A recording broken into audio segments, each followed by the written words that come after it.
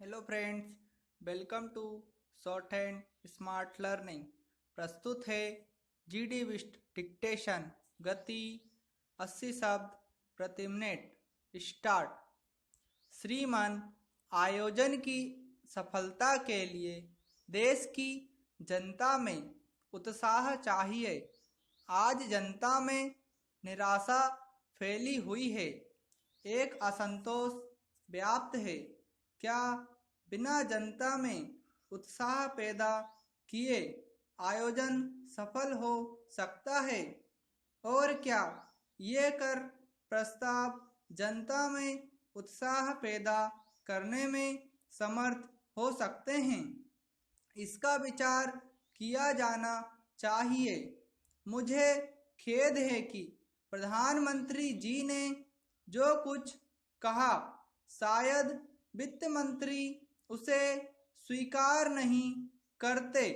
यदि योजना पावन पूजा की वस्तु नहीं है तो देश के साधन स्रोतों और जनता की सहन शक्ति को देखकर उसमें हेर फेर क्यों नहीं किया जा सकता?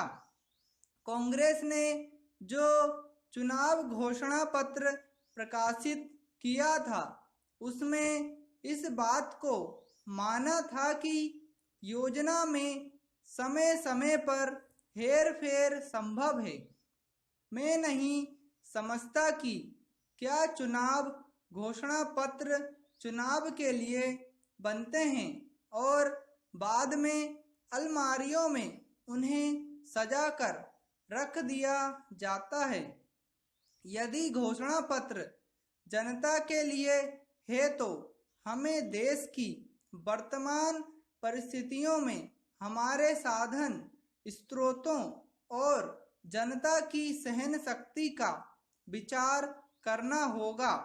महोदय, मैं बड़े आदर से निवेदन करना चाहता हूं कि आज आम जनता इतना भार सहन नहीं कर सकती जितना उसके ऊपर डाला जा रहा है।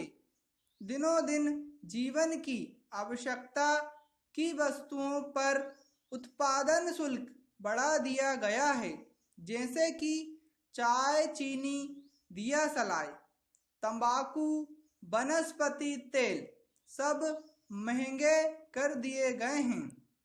चीनी का भाव बढ़ गया है, आप कहेंगे, और वित्त मंत्री ने भी कहा है कि हम इन चीजों की खपत को नियंत्रित करना चाहते हैं और उनके निर्यात को प्रोत्साहन देना चाहते हैं। मेरा निवेदन है कि आपके दोनों उद्देश्य पूरे नहीं होंगे। ये वस्तुएं आराम की चीजें नहीं हैं। इनकी मांग इतनी बड़ी नहीं है कि जिसको बहुत कम किया जा सकता है। लोग शक्कर फांकते नहीं हैं। देश में शक्कर खोरे आदमी अधिक संख्या में नहीं होंगे। एक चम्मच शक्कर से जो काम चलाते हैं, वे अपनी खपत में कितनी कमी करेंगे? और चीनी के संबंध में आपसे निवेदन करूं कि अगर चीनी की मिलों को आपने खुद के फार्म रखने से रोक दिया जाए तो हमारे देश में अभी इतना गन्ना पैदा होता है कि यदि इसकी पेराई की ठीक व्यवस्था की जाए तो देश में खपत के लिए जितनी चीनी आवश्यक है उतनी पैदा करके हम बाहर भेजने के लिए चीनी उपलब्ध कर सकते हैं। स्टॉप। Hello friends,